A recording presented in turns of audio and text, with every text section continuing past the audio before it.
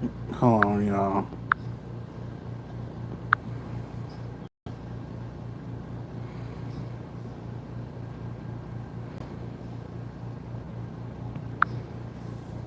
How y'all doing this Saturday? How are y'all doing this Saturday? What up, what up?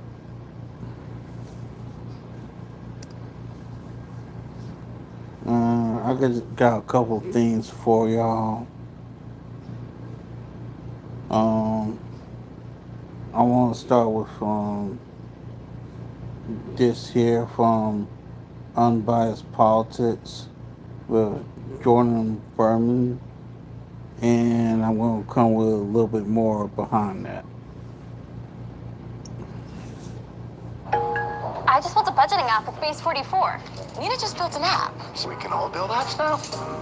Welcome back to Unbiased, your favorite source of unbiased news and legal analysis.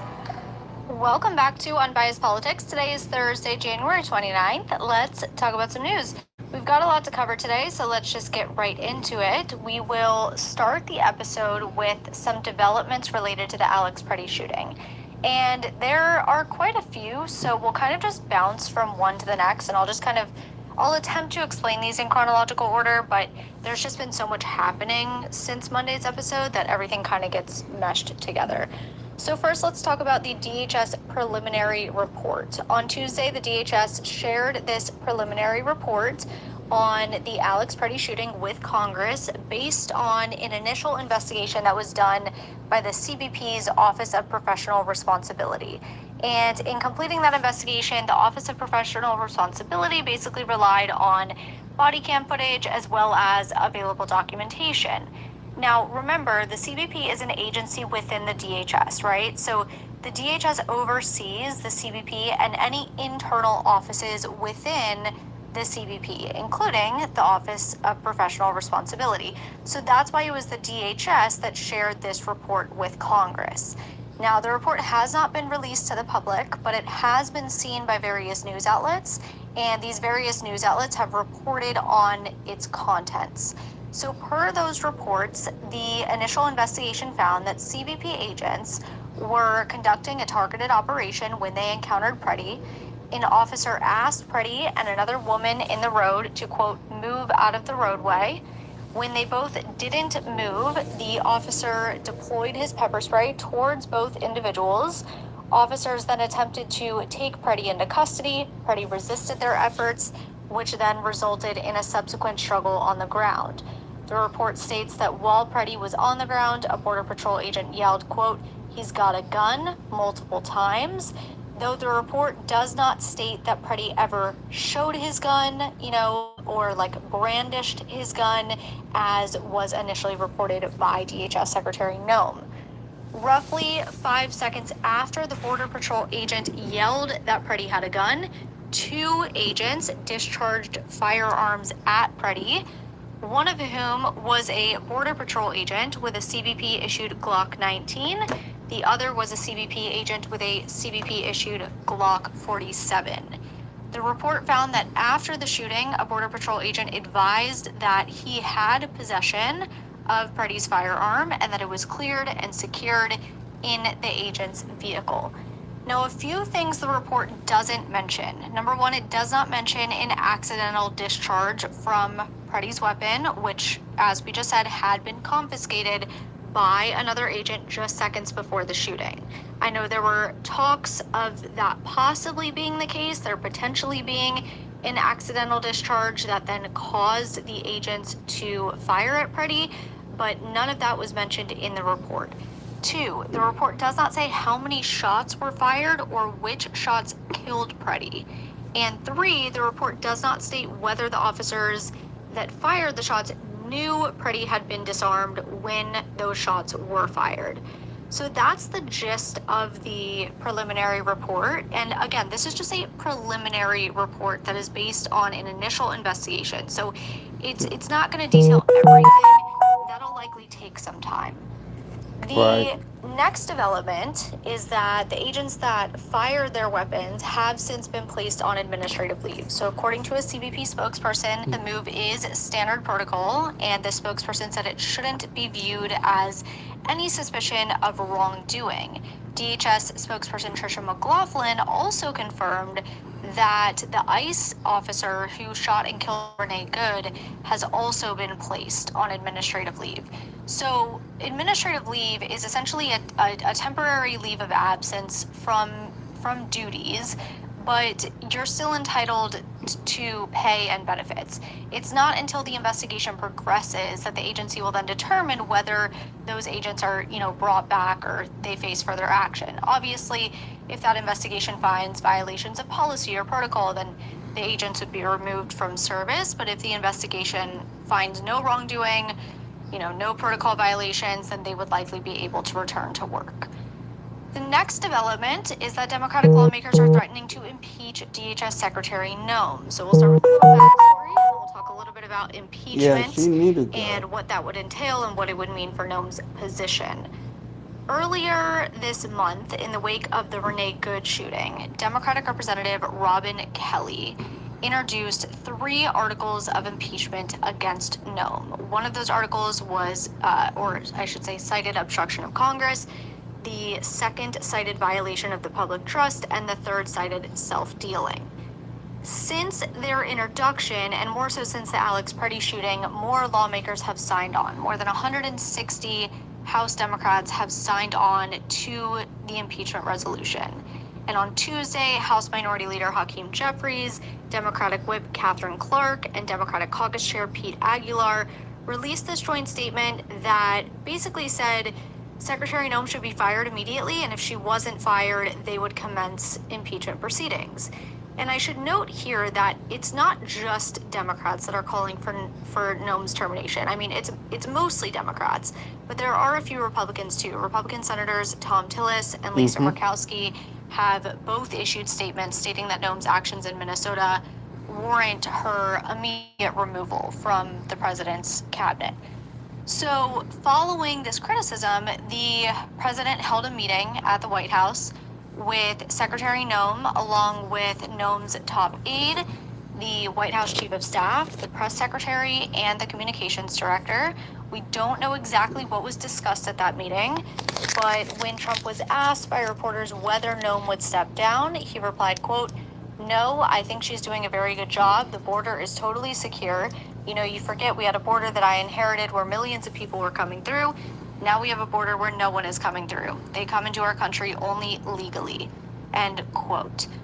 So as of right now, it does not seem like Noem is going to be fired, which presumably means, according to these Democratic lawmakers, that impeachment proceedings will commence. So let's talk a little bit about what impeachment would look like, starting with the basics.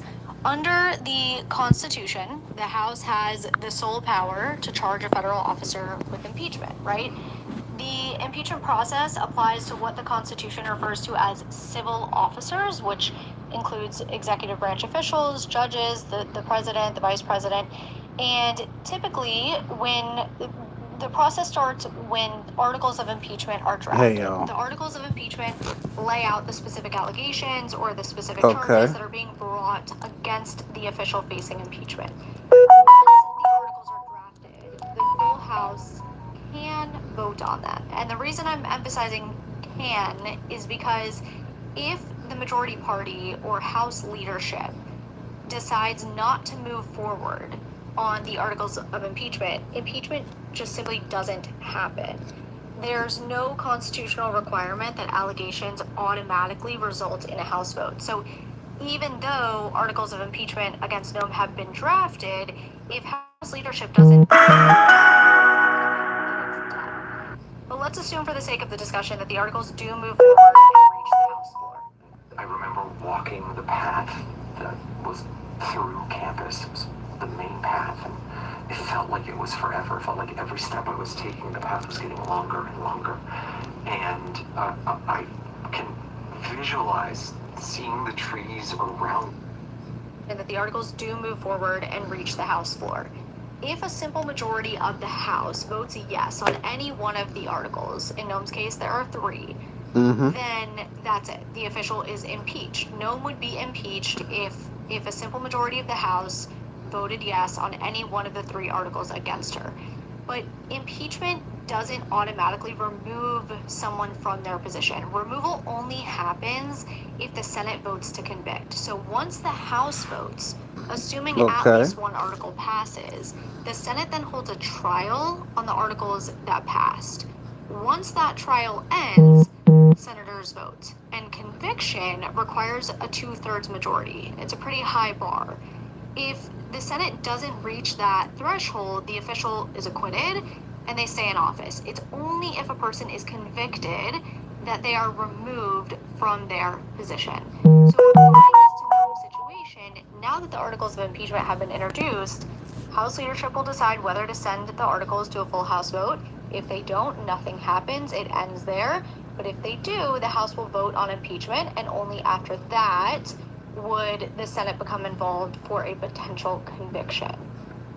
Okay, next development. Border Patrol Commander Greg Bovino is no longer in Minneapolis, and instead Border Czar Tom Homan has been sent in. So Bovino was in Minneapolis leading the immigration enforcement operation there. He himself is a Border Patrol commander, but he had been put in charge of Operation Metro Surge, which is the operation currently taking in Minneapolis. And in that role, he oversaw not only Which the has agents, no but also, success, by the the way. raids and the patrols that would take place there. However, because of the controversy and criticism following the shootings of Renee Good and Alex Preddy, the administration went ahead and pulled him out of Minneapolis and replaced him with Border Czar Tom Homan. Now, Tom Homan, many people don't realize, led the ICE deportation efforts under Obama. He was also the acting director of ICE during Trump's first term, but he now serves as the border czar under Trump's current administration. Homan held his first press conference today since being in Minneapolis, and he revealed a few things. So for one, he said that he has ordered officials from CBP and ICE to start working on a plan to reduce the number of federal agents in Minnesota, but that the execution of that plan is dependent on cooperation from local law enforcement. Cooperation meaning local jails notifying ICE about detainees that are eligible for removal. That is the way that it was done when Obama was in office. That's also the way that it's done in red states. So right now, obviously, there's a bit of a cooperation issue between the administration and blue states. This is something we've been hearing about for months now, where blue states or local law enforcement and state law enforcement in these blue states are not necessarily wanting to comply with ICE. But in past administrations, that's typically what happens. No, there Trump is this made it agreement political. between ICE and local law enforcement that allows them to work together. It's a specific federal agreement, and so far in Trump's current administration, we haven't seen that cooperation. So basically what Homan is saying is, we need you guys to cooperate. If we see cooperation... Translation, they want the Democrats to bend the knee to Trump. And that's basically all this is. Then that is when we will execute on this plan to reduce the number of federal agents in Minneapolis. And Homan's position is that this type of cooperation is a much safer route and reduces the need for agents on the street.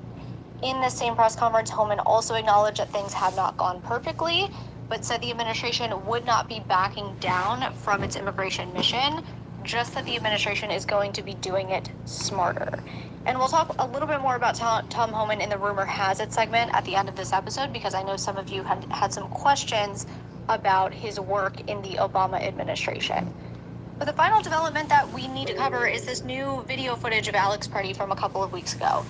The video was apparently taken on January 13th, and it shows Preddy confronting ICE agents, appearing to spit at their vehicle and yell at the officers as they were leaving this area in Minneapolis. As the agents were driving away, Preddy then kicks out the taillight of the agent's SUV. The agents stop the car, they get out of the car, they tackle Preddy to the ground, there are about 5 officers that are restraining him. Pretty was not arrested. As a result, he did walk away from the scene, but it has been reported that he fractured his rib in that encounter. Now, I will say it is unclear what took place before that recording started. The recording starts with Alex Pretty yelling at the officers, through their vehicle. Now, many people have said this video is not real and that it's AI. So what I will say is that Pretty's family's attorney has confirmed that Pretty is the man in the video. The attorney said in a statement, quote, "A week before Alex was gunned down in the street, despite posing no threat to anyone, he was violently assaulted by a group of ICE agents. Nothing that happened a full week before could possibly have justified Alex's killing at the hands of ICE on January 24th. End quote. And a representative for the family also said that they had been aware of that incident, that earlier incident, and that Pretty did sustain injuries, but that he did not get medical care. And then there was also a witness on the scene that told the Minnesota Star Tribune that Pretty, quote, got slammed to the ground pretty hard, end quote. So that video is not AI. It has been confirmed as real by not only the family, but also the family's attorney. As far as whether this video changes anything legally, not really. So if you remember, we talked about in Monday's episode, law enforcement can only use deadly force if at the moment deadly force is used, there is a reasonable belief of imminent threat of death or serious bodily injury. It has so to be probable an cause. earlier altercation by itself cannot be used to justify deadly force later, especially if the agents involved in the earlier incident were not the same agents who ultimately fired their guns. It's true that courts will look at the totality of the circumstances when they're assessing the use of force, but that doesn't necessarily mean earlier unrelated incidents justify deadly force later. The only way this new video footage could affect things is if the agent who fired the fatal shot, last weekend, knew at the time that Pretty had previously been involved in a confrontation and believed that history contributed to an imminent threat in the moment. But even then, it wouldn't automatically justify using deadly force. It would just be one factor that a court might consider. Legally speaking, the focus of the inquiry, it still comes back to the same question. What did the officer reasonably believe was happening at the exact moment that the trigger was pulled? Okay, we'll take our first break here. When we come back, we'll talk about this FBI investigation into signal chats, a potential government shutdown, and more. If you're looking for mobile power, then the UD Power S1200 is one of the options on the market. With a pop-up handle at only 26 pounds, this is pretty easy to move around and take with you. With 1200 watts of output through the AC outlets right here, multiple USB-C options, and a cigarette lighter port right here, it's very easy to charge up or run anything that you would need while you're on the go. The matching 1200 watt-hour lithium iron phosphate battery that can be quickly recharged at 800 watts through the wall charger or up to 400 watts through the solar input. And at a really low price of only $500, the UD Power S1200 is actually a surprisingly good unit for mobile power on the go.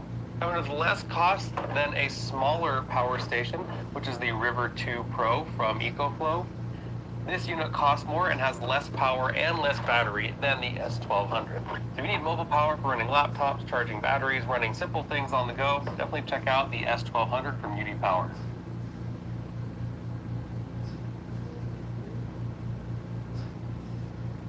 I'm Steve Ballmer, former Microsoft CEO and a basketball fanatic. But more than anything, I'm a data guy.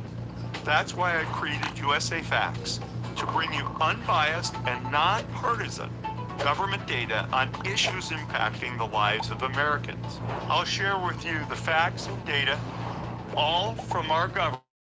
You make up your own mind. In this episode of Just the Facts, how much do we owe? The national debt. Oh, Lord. Imagine if... Here we go. Shutdown, and more.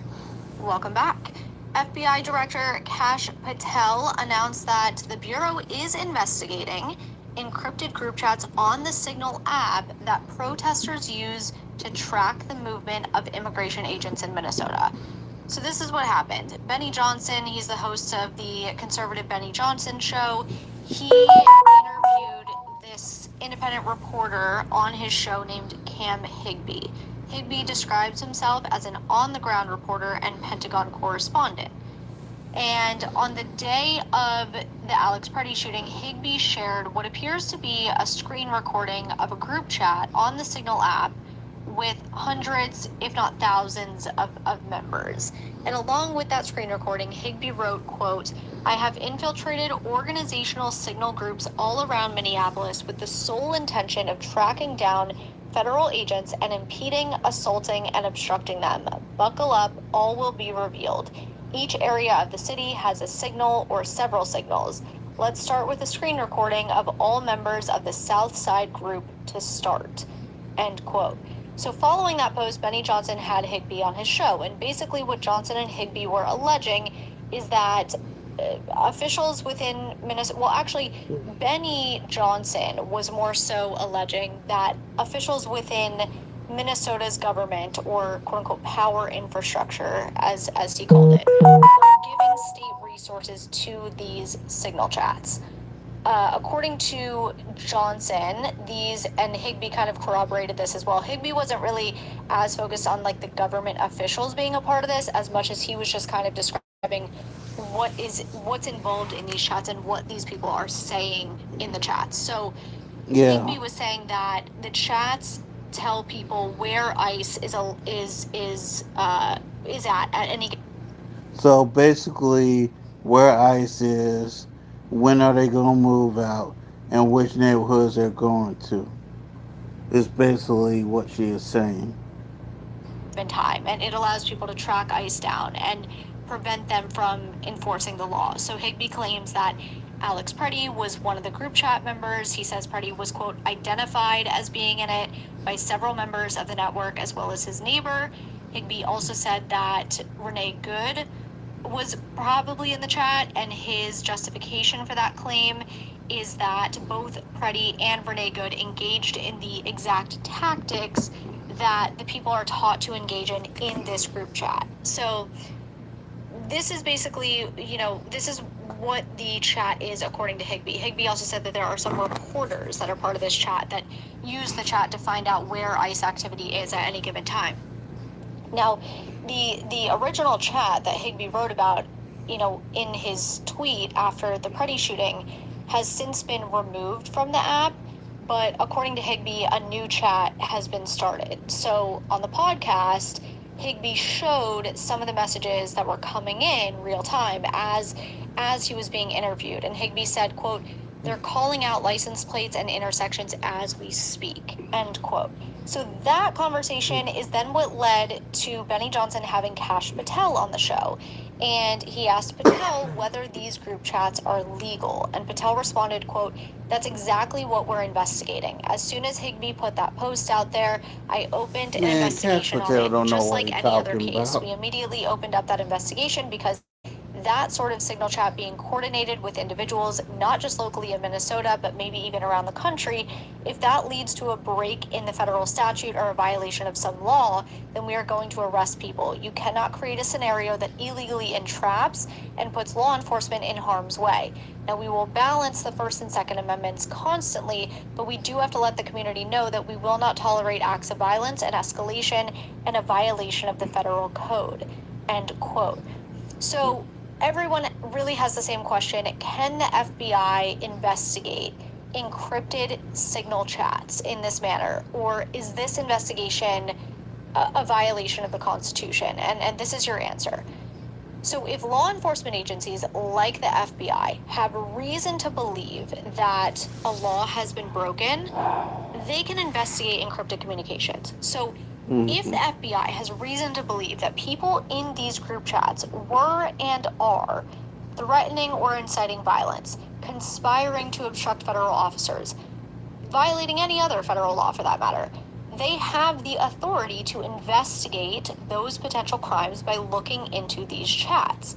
If evidence is found that people violated the law, that is when the FBI could issue warrants and make arrests. So in a situation like this, people think about the First and Fourth Amendments, right? The First Amendment protects speech and organization, so long as it doesn't turn into criminal conduct.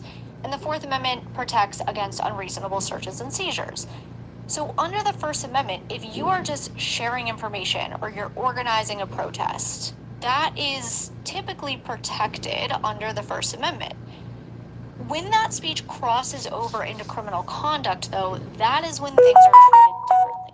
But here's an important distinction. Opening an investigation isn't the same thing as searching private messages, right? So the Right. FBI can open an investigation if they believe that criminal activity might be happening, but to actually access the contents of the chats, the government has to establish probable cause that a crime has been committed, and from there obtain a warrant, right? But you can't get a warrant without establishing probable cause.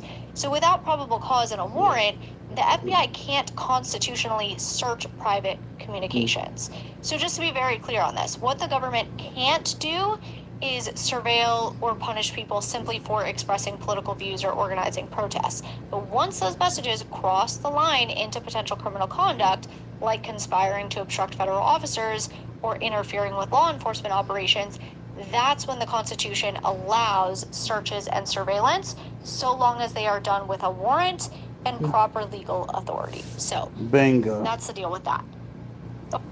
And yanking yanking somebody up out of a car with no warrant, it's indeed no due process whatsoever. They're yanking people up out of cars and houses with no due process and no warrants. Pay attention. Okay, let's talk about this potential government shutdown. Let's do a quick little government lesson/refresher first. Every fiscal year, Congress is supposed to pass This 12 goes hell. appropriations bills to fund the government.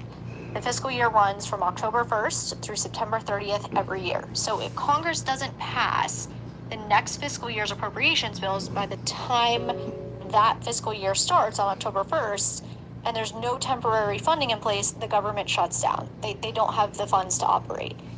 If Congress is able to pass some of the 12 appropriations bills, just not all of them, the government will only partially shut down. We knew the story of the international rules-based order was partially false. That this Bills, just not all of them, the government will only partially shut down. Only the So let me get this straight. We either gonna shut down or we gonna partially shut down. Make it make sense, please. It's like seriously. departments that aren't funded will shut down. And that's why we were talking about a potential shutdown back in September, October of last year. Congress hadn't passed any of the 12 appropriations bills by the start of the fiscal year, which then resulted in a full government shutdown. Eventually, as we know, Congress passed what's called a continuing resolution, which is what Congress will use when they can't agree on full funding, but they want to keep the government open, right? A continuing resolution most of the time keeps the government funded at its current levels. So we don't typically see any major budget cuts or increases with continuing resolutions. But the thing about continuing resolutions is that they are temporary. They do not last forever. So when Congress passed a continuing resolution in November of last year to reopen the government, it extended funding for most agencies through January 30th, 2026, which is tomorrow. That means that Congress has until tomorrow at midnight to agree on the rest of the funding bills or pass another continuing resolution to avoid a shutdown. Now, like I said, So in other words, they just putting band-aids on a wide open gaping wound. Typical. since the government reopened in November of last year, Congress has passed some appropriations bills for this fiscal year. So if a shutdown happens at midnight tomorrow, it would be a partial shutdown, okay? So the departments that would be affected include the DHS, Defense Department, State Department, Treasury Department, Labor Department, HHS, Department of Transportation, Education Department, and Department of Housing and Urban Development. Those departments do not yet have funding, and therefore they will be affected if the government shuts down. On the other hand, the department and agencies that will keep running because they already have their funding through this fiscal year include the Department of Veterans Affairs, Department of Agriculture, the Legislative Branch, Department of Justice, Department of Energy, Department of Congress, and the Department of the Interior. So if we do see a shutdown on Saturday, it'll be a partial shutdown. Now here's where the politics come in. Because of the ICE enforcement operations around the country, and more so in Minneapolis, Democratic lawmakers are withholding funding from DHS. They say they will not support DHS funding until the Trump administration agrees to certain reforms to rein in ICE and put an end to these violent encounters between federal agents and protesters. So today, Senate Democrats and a few Republicans blocked a package of 6 funding bills because the package includes funding for DHS. Democratic Senator Patty Murray, who played a big role in negotiating the package, said today she was voting no because the White House had not agreed to a deal to separate DHS funding from the bill. She said Democrats would be, quote unquote, very happy to pass the 5 non-Homeland Security funding measures, but said that any package that includes the Homeland Security title is a non-starter with her and other Democrats. Her quote was, "We are all in agreement on funding for childcare, cancer research, air traffic controllers, our troops, and more, but we have also been clear that we cannot and will not move the DHS bill without real progress on accountability," end quote. But here is the really important thing to understand. Even if DHS funding lapses tomorrow at midnight, ICE and Border Patrol can and will still operate, okay? So the agents might not get paid, but they'll still work. So basically, when the government shuts down, certain government activities are considered essential, right? These essential activities have to continue operating. So this is things like air traffic controllers. As we know, the airports remain open. Air traffic controllers still have to go to work despite getting paid. Immigration enforcement and border security are also considered essential. So if the government shuts down, or let's say Congress passes, maybe they pass some of the funding measures, but they leave the DHS without funding, immigration enforcement operations most likely will not stop. ICE and CBP can continue operating like normal. Again, they might not get immediate pay, but they still stay operating. The other thing to note is that ICE specifically would continue to have funding despite a shutdown, even if the DHS doesn't get funding. You might remember that in the One Big Beautiful Bill Act, which was signed into law last year, ICE received an additional $75 billion in funding for detention and enforcement. So ICE can certainly sustain regular operations for a while, even without DHS funding. So really, holding out on passing the funding measures for all of the remaining departments because DHS is included is only going to end up hurting other government agencies and employees. ICE is going to continue operating as Sad normal. but true. So that's the deal with the potential government shutdown. We will see tomorrow at midnight what happens. Again, if the government does shut down, which it is looking like that might be the case, it'll be a partial shutdown, only affecting those departments that we spoke about. Okay, next story. On Tuesday, U.S. Representative Ilhan Omar was speaking during a town hall meeting in Minneapolis about ICE operations in the city and calling for the resignation of DHS Secretary Noem when a man approached her podium spraying an unknown substance from a syringe. That man, who has since been identified as 55-year-old Anthony James Kazmierzak, was quickly taken down by security and eventually arrested and charged with third-degree assault. Despite the incident, Omar continued with the town hall. She posted on X later that day saying, quote, "I'm okay, I'm a survivor, so this small agitator isn't going to intimidate me from doing my work. I don't let bullies win. Grateful to my incredible constituents who rallied behind me. Minnesota strong," end quote. Since that incident, law enforcement officials did say the substance is believed to be apple cider vinegar. As for the suspect, he is currently being held without bail. What the hell? Now, the question that everyone wants to know is, what was this guy's motive? Why did he target Yeah, her why? specifically? And as of now, no motive has officially been Why? confirmed. That said, some information has come out through media interviews with people who know the suspect. So in a phone interview, Kazmierzak's brother said he was not surprised by the incident. He said that his brother and their mother are, quote, right-wing extremists, and that Kazmierzak has a, quote, hatred, or has had a, quote, hatred of the Somali community for probably 20 years, end quote. It's also worth noting there that Omar is Somali, so that's the relevance of that comment. One other thing worth noting there, the brother has been estranged from the suspect for about 4 years.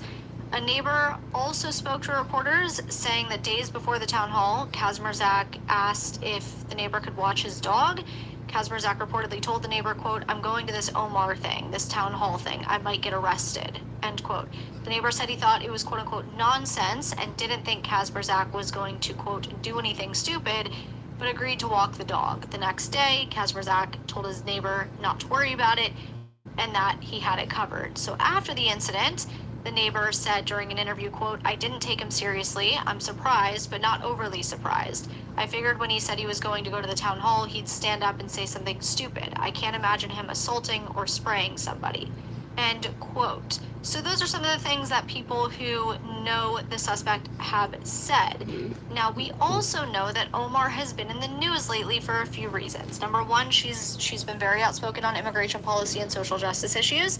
And number two, she's been mentioned repeatedly by President Trump in some of his recent remarks related to Minnesota and the fraud investigations involving the Somali community. Back in December, in discussing those investigations, Trump referenced Omar directly and said, quote, "When I see somebody like Ilhan Omar, who I don't know at all, but for years I've watched her complain about our Constitution, how she's being treated badly, how the United States of America is a bad place. She hates everybody, hates Jewish people, hates everybody, and I think she's an incompetent person. She's a real terrible person," end quote. Omar responded to that video clip, writing on X, quote, "His obsession with me is creepy. I hope he gets the help he desperately needs," end quote. More recently, on Saturday, following the shooting of Alex Preddy, Trump shared a picture of Preddy's gun to Truth Social and wrote about a few, he did mention it was Preddy's gun, but then he wrote about a few things related to Minnesota. And one of those things that he said was, quote, "Where are the local police? Why weren't they allowed to protect ICE officers? The mayor and the governor called them off. It is stated that many of these police were not allowed to do their jobs, that ICE had to protect themselves. Not an easy thing to do.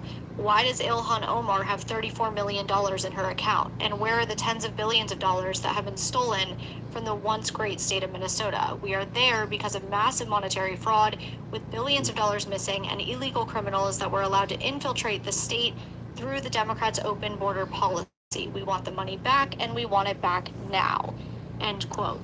And then most recently, the day before the town hall incident, actually, President Trump said on Truth Social that, quote, "The DOJ and Congress are looking at Congresswoman Ilhan Omar, who left Somalia with nothing and is now reportedly worth more than $44 million, end quote. Omar responded to that, saying, quote, "Sorry, Trump, your support is collapsing and you are panicking. Right on cue, you're deflecting from your failures with lies and conspiracy theories about me. Years of quote-unquote investigations have found nothing. Get your goons out of Minnesota," end quote. So there has clearly been this ongoing public conflict between President Trump and Representative Omar for a few months now, mostly tied to immigration, Minnesota politics, and the allegations of fraud.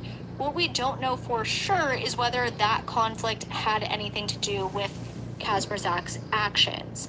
Again, as of now, law enforcement has not confirmed a motive, but the investigation is ongoing. Let me actually use this. I was going to jump off to the next story, but I want to use this as an opportunity to talk to you guys about past episodes, because I know a lot of you have questions about the fraud in Minnesota. I also know I have a lot of new listeners here.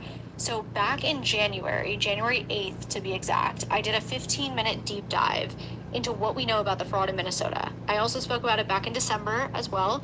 So if I remember, I'll go ahead and link both of those episodes in the show notes, but always remember that if you're ever wanting to go back and listen to older episodes, or you want to see if I've covered a certain topic in the past, you can always go to my website, which is unbiasednetwork.com, and you can search through all of my past episodes by keywords. So if you go to the episode section of my website and you type in Minnesota fraud, you'll see the relevant episodes pop up right there. And again, like I said, I'll try to link them in the episode show notes if I remember, just so they're easier to get to, but just in case I forget, you can always just search for past episodes on my website, unbiasednetwork.com. Okay, let's take our second and final break here. When we come back, we have one more story, which is an update to a story from last week, and then we'll finish with quick hitters, rumor has it, and critical thinking. They've got to the point where literally anybody can build a fully working app without knowing how to code. This is Base 4. Story from last week, and then we'll finish with quick hitters, rumor has it, and critical thinking. Welcome back. On Tuesday, a judge issued a temporary restraining order prohibiting the administration from deporting 5-year-old Liam Ramos and his father. As we know, the detention of Liam Ramos captured national headlines and attention, so I figured I'd share this most recent update with you. That way we're all kind of on the same page with the story.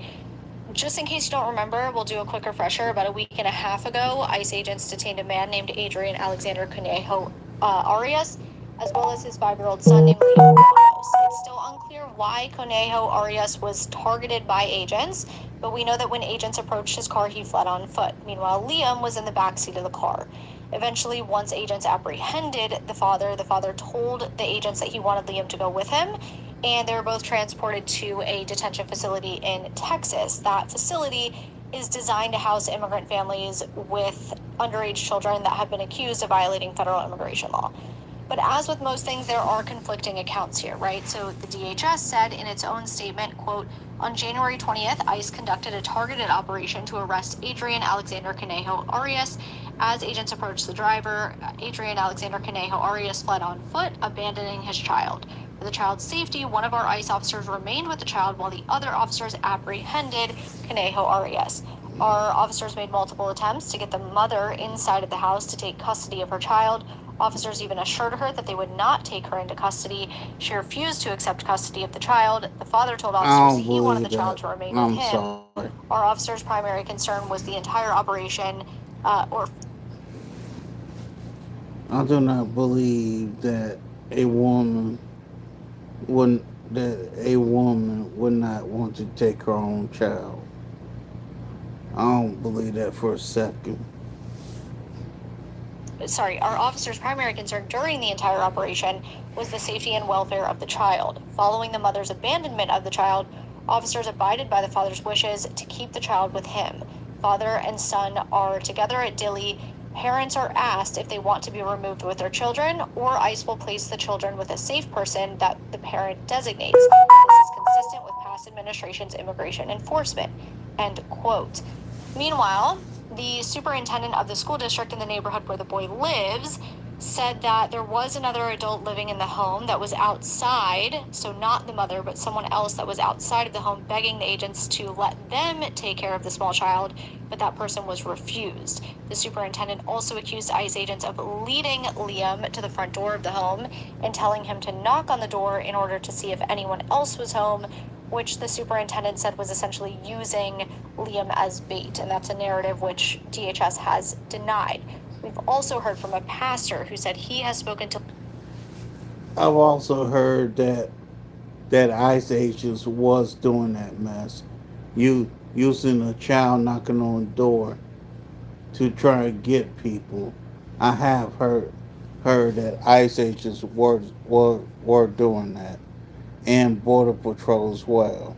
Liam's mother, who was inside of the house at the time of the incident, and the pastor claimed ICE agents were trying to use the baby for her to come out of the house, but the neighbors stepped up and advised her not to do it. Now, according to the family's attorney in public reports, the family entered the United States through an official port of entry using the CBP One app to seek asylum. The father reportedly entered in 2024 and filed an asylum claim in December 2024, which remains pending. At the time of his arrest, both he and Liam had pending immigration cases. Because of those pending cases, the federal government cannot deport them. And that's because of something called due process, right? So due process applies to everyone, not just citizens. And basically under due process, the Constitution requires the government to follow certain procedures before taking away someone's liberty. But here's the other thing. Not everyone is legally entitled to the same level of due process when it comes to immigration. So in immigration law, how much process you get depends on who you are, where you were stopped, and what legal status you have at the moment. So let's say you enter the country illegally, you were caught shortly thereafter, and you never filed for asylum or any other form of relief. You can be deported right away. There's no case to wait on. You're not entitled to a hearing. You can just be deported.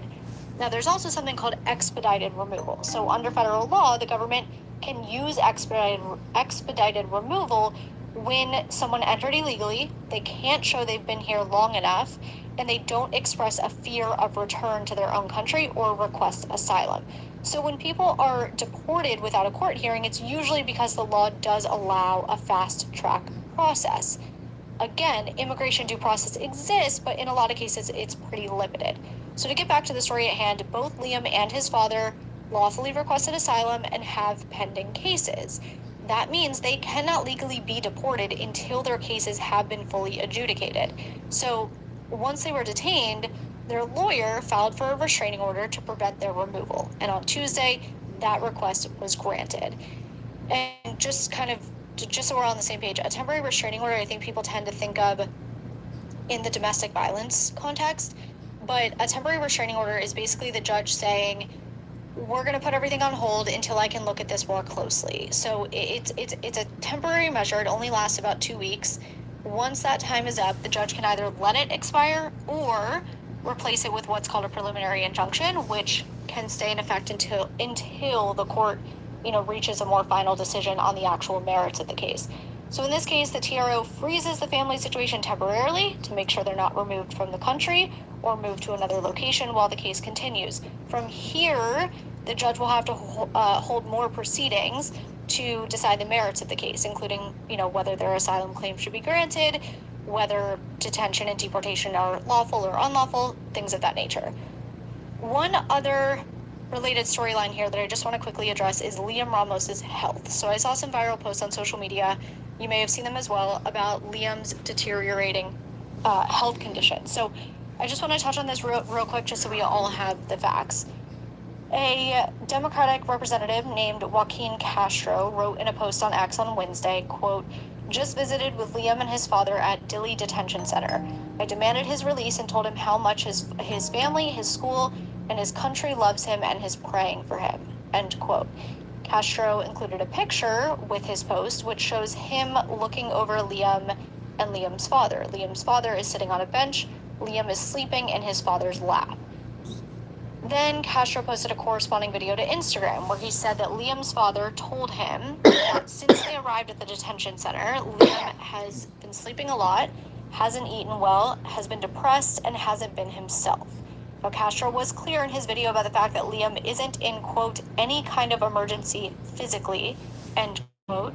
But again, just so we're all on the same page, this is where that headline about Liam Ramos's health is coming from. It's coming from Representative Castro's account of visiting them in this facility and what Liam's father told him while he was there.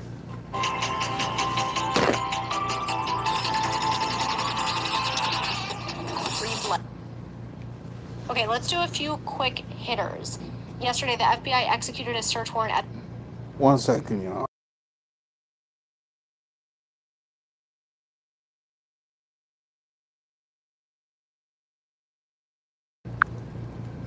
the elections office in Fulton County, Georgia, which, as many of you remember, Fulton County has been at the center of President Trump's claim that the 2020 election was stolen, right? All we know at this point is that a search warrant shows agents were looking for all physical ballots from the 2020 election, including absentee ballots in the envelopes they arrived in, tabulator tapes for every voting machine, all ballot images produced when ballots were counted, and voter rolls from the 2020 election. Now, the DOJ did sue Fulton County officials back in December to force them to hand over records related to the 2020 election, but a judge has not yet issued a ruling in that case, so instead it appears the DOJ was able to obtain this search warrant to secure what they were looking for. Trucks at the elections facility could be seen loading boxes, and an FBI spokesperson at the scene said the materials would be taken to the FBI Central Records Complex in Virginia. Secretary of State Marco Rubio testified before the Senate Foreign Relations Committee yesterday, answering questions from lawmakers about the U.S. operation in Venezuela. Rubio told the committee that at this time, the U.S. does not intend to take any additional military action in Venezuela, but that the Maduro regime represented a, quote, untenable situation, end quote, that needed to be dealt with. He also said that transitioning to a democracy in Venezuela would take some time and that it's not going to be a linear transition process. There will be some ups and downs, but that so far it's trending in the right direction. And President Trump officially announced the rollout of Trump Accounts, the savings plan for children born during his current term. Multiple banks and organizations like SoFi, BNY Mellon, Bank of America, BlackRock, and JP Morgan have all already pledged to make a matching $1,000 contribution to their employees who open a Trump account for their children. Rapper Nicki Minaj, attending the Trump accounts event yesterday, said she will contribute between $150,000 and $300,000 to fund her fans' Trump accounts. So these accounts are expected to be available starting July 4th of this year, and they are available to any child under the age of 18 who's a U.S. citizen with a social security number. Okay, now it's time for Rumor Has It, which is my weekly segment where I address rumors submitted by all of you and either confirm them, dispel them, or add context. I received a ton of submissions, but because this episode is already getting close to 50 minutes long, we are going to keep it to 2. Rumor has it that ICE will be at the Olympics. This is true. DHS spokesperson Tricia McLaughlin said, quote, "At the Olympics, ICE's Homeland Security Investigations is supporting the U.S. Department of State's Diplomatic Security Service and host nation to vet and mitigate risks from transnational criminal organizations. All security operations remain under Italian authority." And that's what Interpol is spokesperson for. for ICE's Homeland Investigations Unit said ICE, quote unquote, obviously wouldn't be carrying out immigration enforcement operations in a foreign country, but that they would serve a quote unquote security role. What I want to be clear about here is that the specific unit of ICE that is going to the Olympics is the Homeland Security Investigations Unit, or HSI. This is different than the Enforcement and Removal Operations, or ERO. HSI specifically focuses on transnational crime investigations like trafficking, fraud, organized crime, things of that nature. HSI does have an international presence in a lot of countries already. So the unit going to the Olympics is a different unit of ICE than the unit that handles immigration enforcement here in the United States. A lot of people tend to just kind of, think ICE is one thing, but ICE is an agency that has different units within it. And I should also mention that HSI officials have assisted at past Olympic Games as well as some major international events, but the reason that this is attracting so much attention right now is because of the ongoing controversies surrounding ICE removal efforts here in the United States. Okay, second and final one. Rumor has it that border czar Tom Homan received an award from President Obama for his immigration enforcement efforts. This is also true. During Obama's presidency, Homan served first as an assistant director for I didn't know the guy worked for Operations, or ERO, then as the deputy executive associate director of ERO, and then finally as the executive associate director of ERO. And in 2015, he received the Presidential Rank Award for Distinguished Service. According to a 2015 DHS press release, the award, quote, recognizes and celebrates some of the federal government's top career executives and senior professionals for consistently demonstrating strength, integrity, and commitment to public service. The Presidential Rank Award is bestowed each year by the President upon a small group of career employees and is the nation's highest civil service award. This prestigious honor is divided into 2 categories: Distinguished Rank for leaders who achieve sustained extraordinary results, and Meritorious Rank for leaders with sustained accomplishments. And as I mentioned, Homan did receive the Distinguished Rank. Okay, let's finish with critical thinking. We'll stick with Tom Homan. So obviously, as we've talked about, he once oversaw the enforcement and removal operations under Obama, and now he's similarly overseeing enforcement operations in Minneapolis. He also serves as border czar under Trump. Given that, here are my questions. First question: can we judge government officials separately from the president that they work under? Or do you feel that that separation is unrealistic, and why? And the second and final question is this: do you think that media coverage plays a bigger role in shaping perception than the actual facts of someone's job history? And if so, how should audiences account for that when they're forming their own opinions? That's what I have for you today. Thank you. Like, share, subscribe. See y'all later. Peace. Have a fantastic weekend, and I will talk to you again on